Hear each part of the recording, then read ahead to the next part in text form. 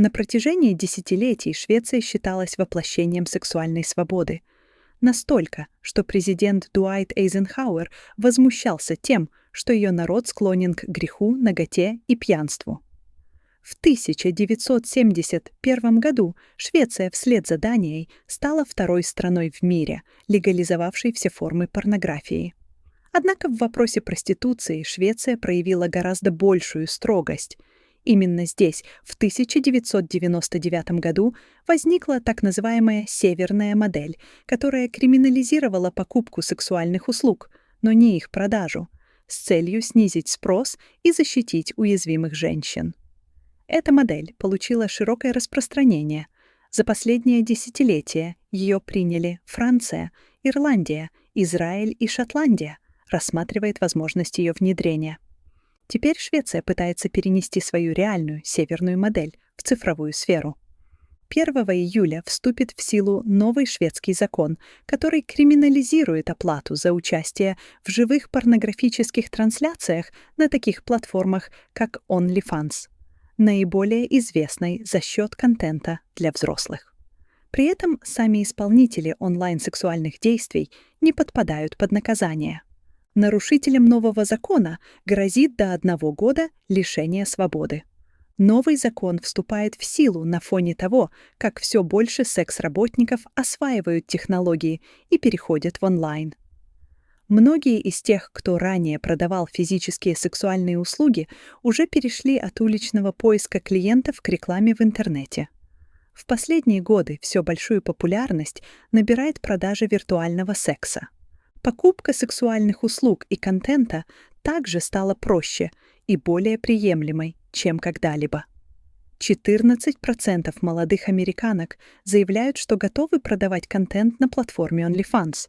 16% говорят, что стали бы сахарными малышками, предлагая общение и часто секс пожилым мужчинам. Границы того, что считается секс-работой, становятся все более размытыми.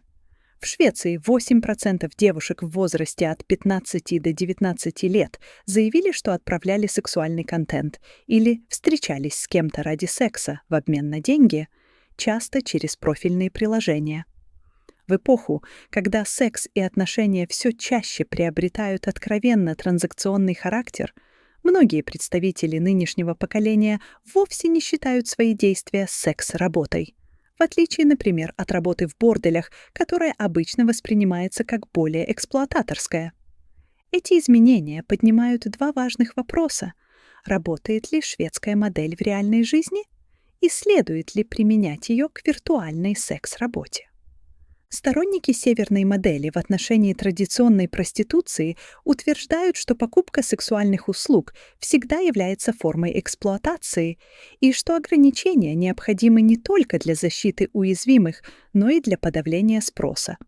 Отказывая секс-работницам в праве распоряжаться собственным телом, они заявляли, что многие из них психически ненормальны и происходят из неблагополучной среды и плохой наследственности. Хотя с тех пор отношение стало мягче, часть стигмы и отказа в признании личной автономии сохраняется в северной модели, которая основывается на предположении, что многие женщины идут в секс-работу не по собственной воле, а из-за пережитого насилия в детстве или бедности, и что их следует реабилитировать. Похожие тенденции наблюдаются и среди тех, кто приходит в онлайн-секс-работу. Правительство Швеции утверждает, что поскольку виртуальная секс-работа также несет риски, ее следует регулировать так же, как и продажу реальных сексуальных услуг. Более того, цифровая проституция может стать воротами к продаже секса в реальной жизни. Имеет ли этот аргумент основание?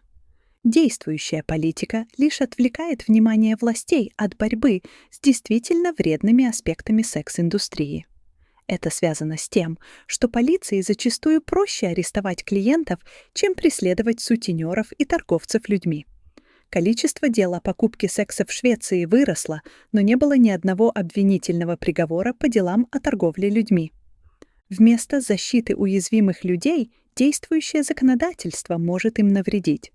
Стигматизация секс-работы приводит к тому, что проститутки и их клиенты реже обращаются за лечением инфекций, передающихся половым путем. Особенно уязвимы мигранты, те, кто занимаются секс-работой. Хотя продажа сексуальных услуг в Швеции не является уголовным преступлением, она может служить основанием для депортации.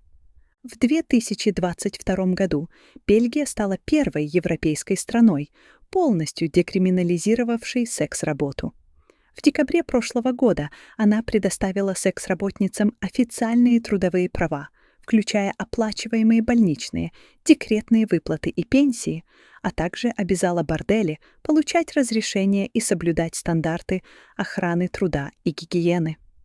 В отличие от северной модели, этот подход поддерживается многими учеными, которые утверждают, что полная декриминализация помогает снизить стигматизацию, предотвращает полицейские преследования и позволяет отличить тех, кто занимается секс-работой добровольно, от тех, кто вынужден. По словам одной из секс-работниц, проституция дает мне больше автономии и контроля, чем работа официанткой. Мы все вынуждены продавать себя, чтобы выжить. Тем не менее, проституция долгое время оставалась профессией с минимальными правами и защитой.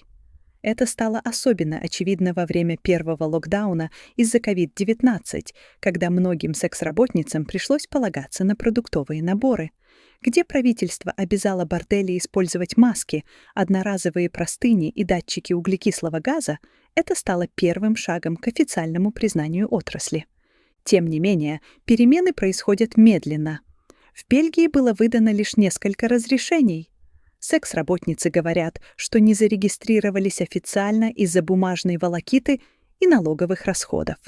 Хотя легализация физической секс-работы имеет множество преимуществ, от снижения насилия до улучшения доступа к медицинским услугам, что положительно влияет на здоровье как работниц, так и клиентов, они также требуют разумного регулирования для защиты их прав.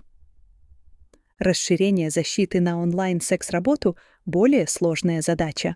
Тем не менее, любые попытки регулирования должны основываться на фактических данных, которые, хотя и неполные, свидетельствуют о том, что виртуальная секс-работа может быть безопаснее и предоставлять больше автономии, чем физическая. Как и в других профессиях, обе формы несут риски. Регулирование должно минимизировать их, одновременно позволяя инновациям развиваться.